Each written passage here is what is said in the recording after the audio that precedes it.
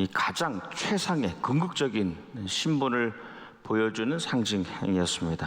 조각상은 그 사람의 명예, 권력, 재산은 물론 이 불멸, 사라지지 않음을 의미했습니다.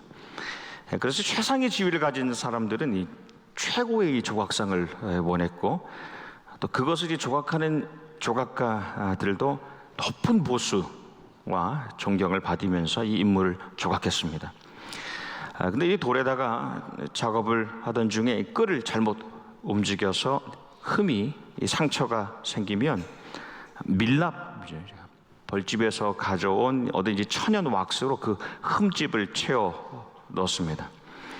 근데 그것이 감쪽 같아서 도저히 알아볼 수가 없었어요. 한 가지 알 수 있는 방법은 이 세월의 바람이 불어서 마침내 이 흠집을 드러내게 될 때야 알 수 있었습니다. 그래서 이 밀랍을 전혀 쓰지 않고도 온전한 작품을 만들 수 있는 조각가에게는 많은 주문 요청이 왔죠. 그래서 자기 가게 문 앞에 이런 간판을 세웠습니다. 시네 세라, 시네 세라, 밀랍을 넣지 않았음입니다. 밀칠을 하지 않았음의 간판을 걸고 영업을 했습니다. 고대 도자기 산업에서도 이 밀랍 기술이 널리 퍼져서 자주 사용됐는데요. 원래 이 값싼 도자기는 두껍게 만드니까 불에 구워도 금이 잘 가지 않았습니다. 근데 비싼 도자기는 아주 얇게 만들어져서 불에 구우면 금이 가는 일이 있었습니다. 정직한 도공은 이런 도자기는 깨버렸죠. 그런데 부정한 도공은 이런 도자기의 이 틈을 밀초로 메우고 색깔을 맞추고 유약을 발라서 말끔하게 상품으로 내놨습니다.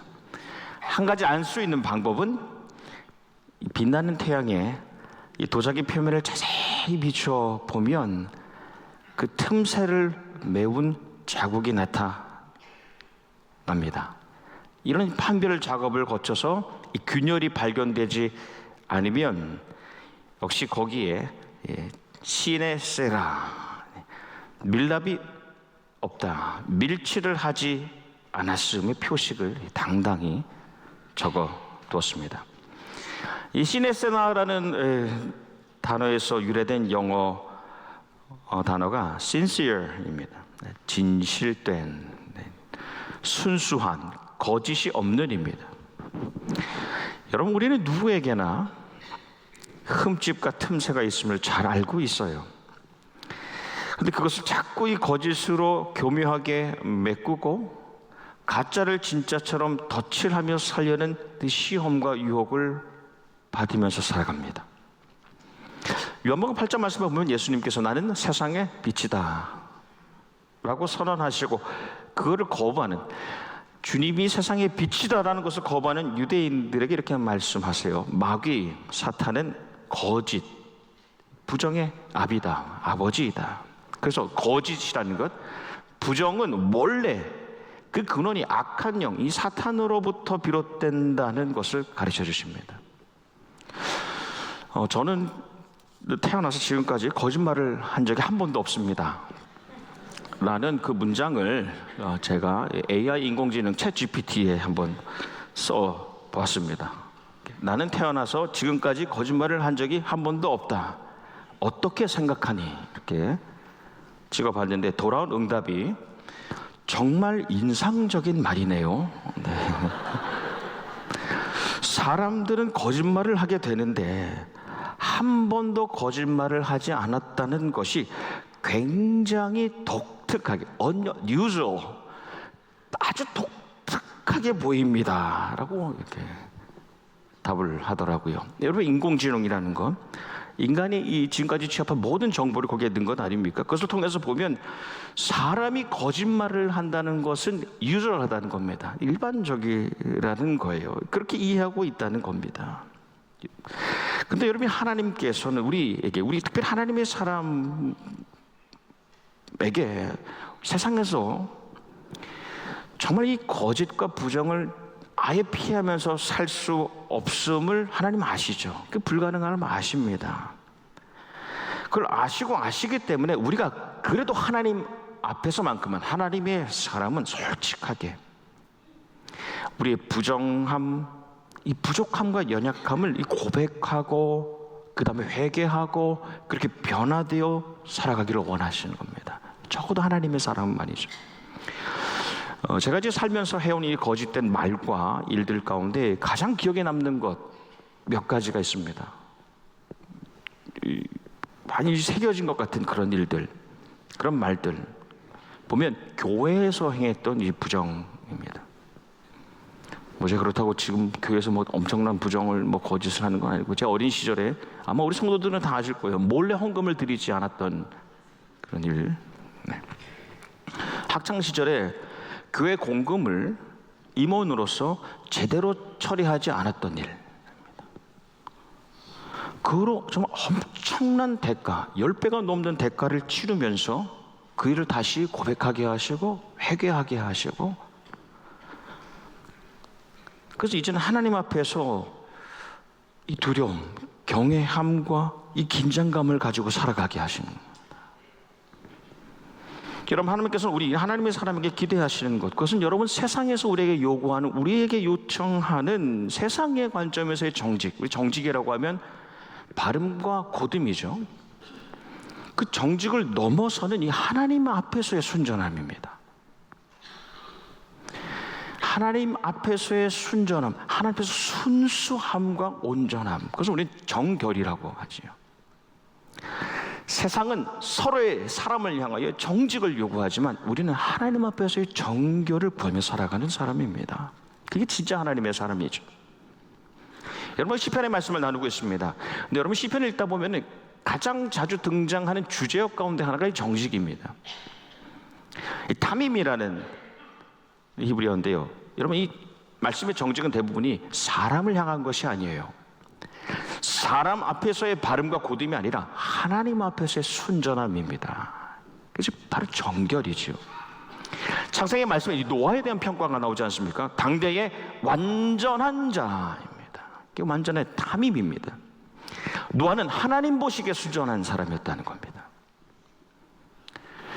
창세기 말씀에 보면 아브라함을 향하여서 이렇게 말씀하시죠. 하나님께서 너는 내 앞에서 행하여 완전하라. 이게 타밈입니다. 너는 내 앞에서 행할 때 완전하라입니다. 하나님께서 아브라함에게 요구하셨던 겁니다. 이게 순전함입니다. 그리고 말씀 중에 이 정직 또는 정결, 하나님 앞에 순전함이 가장 많이 나오는 것이 바로 다윗의 시편입니다. 그 다윗은 얼마나 그 하나님 앞에서의 그 순전함을 위해서 노력하고 씨름했는지를 보여주는 거죠. 다윗이 왕이 되고 나를 보니까요, 자기 직전의 시대까지는, 자기 전까지는 하나님께서 직접 세우신 족장들, 사사들이 리더가 됐어요. 그 지도자들이 나라를 다스리는 그런 시대였습니다.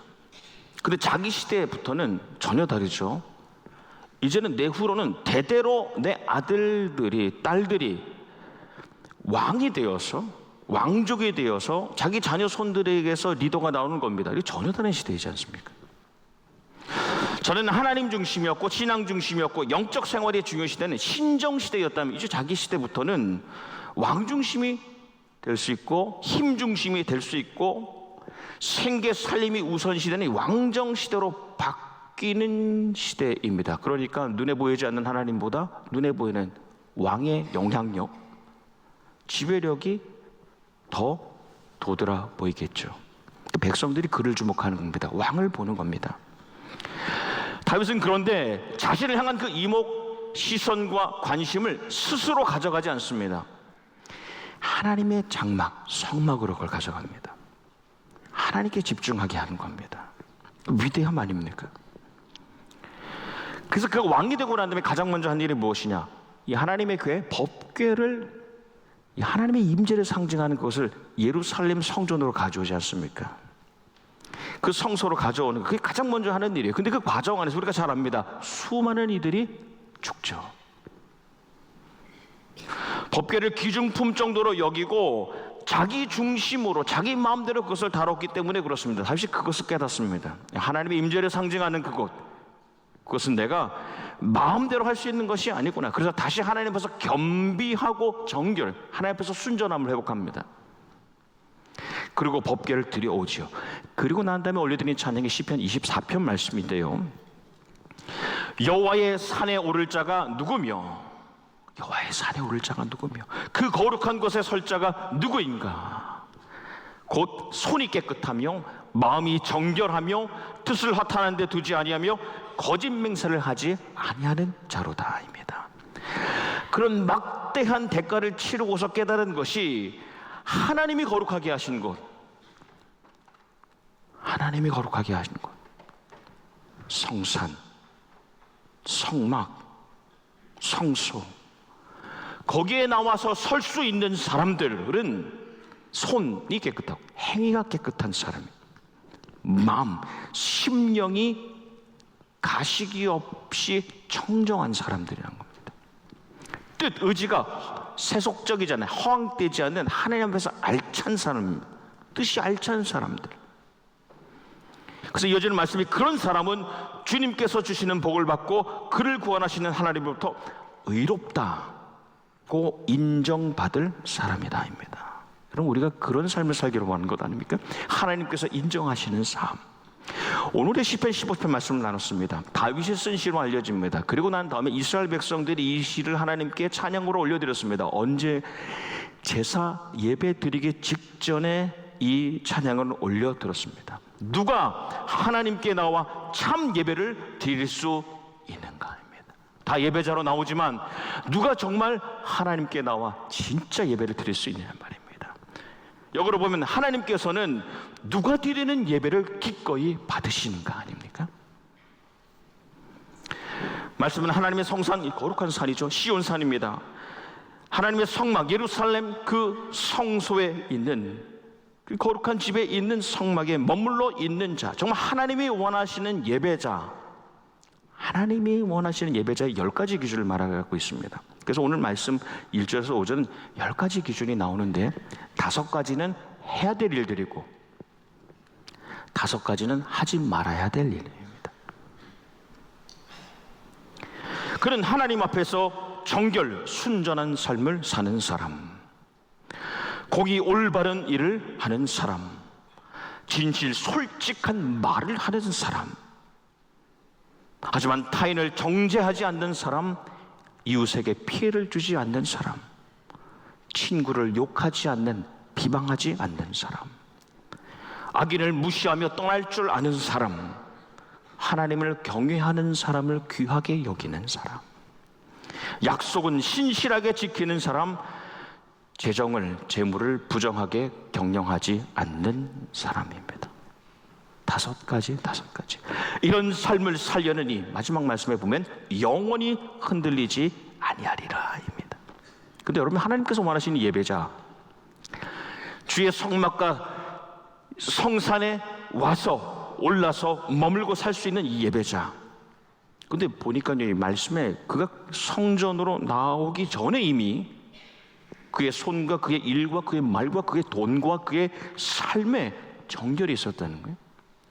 순전함이 있었다는 겁니다. 근데 여러분, 이것의 시작은 세상의 일상에서 오는 것이 아닙니다. 그 첫 시작은 하나님 앞에서 하나님의 성전, 하나님의 성산, 이 교회에서 그 전결함이 회복되고 선제되고 난 다음에 그것이 일상으로 이어져서 세상에서도 세상이 말하는 정직과 성실과 청렴의 기준을 넘어서게 된다는 겁니다.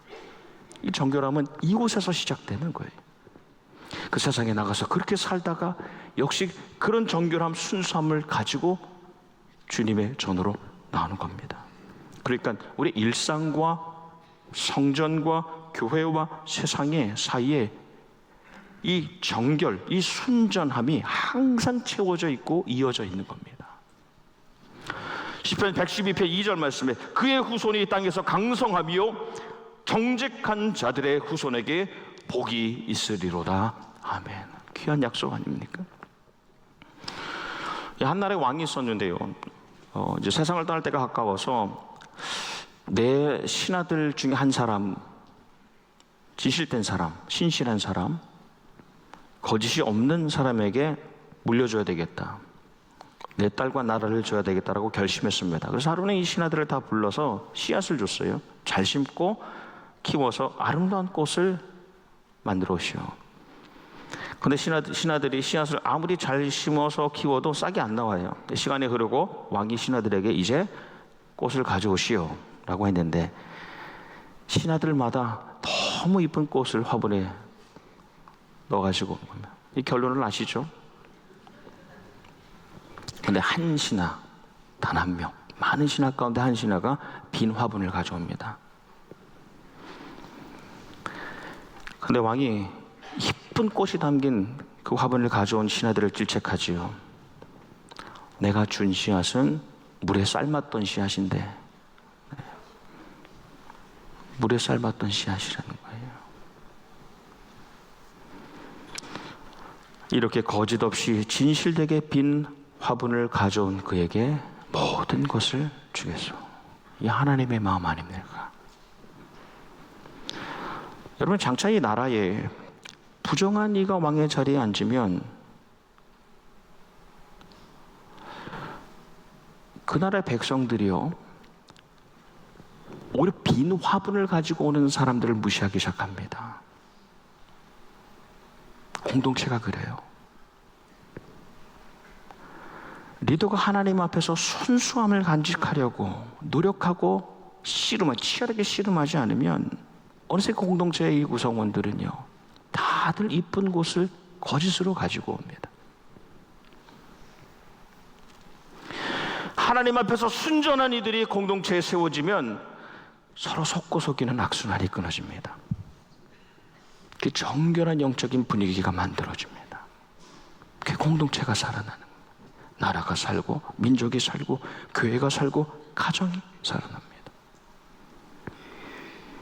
여러분, 여호수아 백성들이 가나안이 약속의 땅에 들어갑니다. 그리고 우리가 잘 아는 대로 여리고라는 정말 견고한 대성을 무너뜨리죠. 연승할 줄 알았는데 아이라는 작은 섬에서 패합니다. 멈춰서요. 그전에 하나님께서 거듭하여 말씀하신 것이 있었습니다. 너희가 승리하면 반드시 헤렘, 진멸하라는 겁니다. 부정한 것을 완전히 없앰으로 나를 경외함을 보이라는 겁니다. 근데 실패하잖아요. 한 사람이 실패하잖아요. 아간이 전리품이 그렇게 많아요. 엄청 많은데 그건 아주 일부입니다. 좋은 브랜드 옷 한 벌하고 금하고 은 감춥니다. 이전 세대, 애굽 시대, 그 다음에 광야 시대에는 혹 용인될 수 있었을지 모르지만 다음 세대, 가나안 시대, 하나님의 성산에 성전이 세워지는 시간, 하나님의 말씀이 통치하는 하나님의 나라가 보여지는 새로운 시대의 그 약속의 땅에서는 이게 용납되지 않는 겁니다. 그래서 하나님께서 가려내시죠. 그 여호수아 그 백성들 공동체가 고백하고 회개하고 변화되어서 그 다음에 전진합니다. 그래야 전진이 가능했어요. 여러분, 우리 하나님의 사람이라도 순간순간 체면 때문에, 이득 때문에 스스로를 속이죠. 저도 그럴 때가 있어요. 다른 사람들과의 경쟁 때문에, 다른 사람들의 그 시선 때문에 자기를 교묘하게 메웁니다. 그래서 가짜를 진짜처럼 덧칠하면서 살려고 하는 그런 유혹과 시험을 받습니다. 우리 그리스도인이라도 일상에서 사탄에게 속으면서 속지 않은 척하며 살아갑니다. 석회, 하얀 물감을 무덤을 덮게 칠하고 안에 썩어가는 걸 모르는 거예요. 호람되어 하나님 앞에서 그리스도께서 보여주신 그 순전함, 시네 세마, 아름다운 작품으로 살아가는 저와 여러분이 되시기를 주님의 이름으로 축원합니다. 아멘.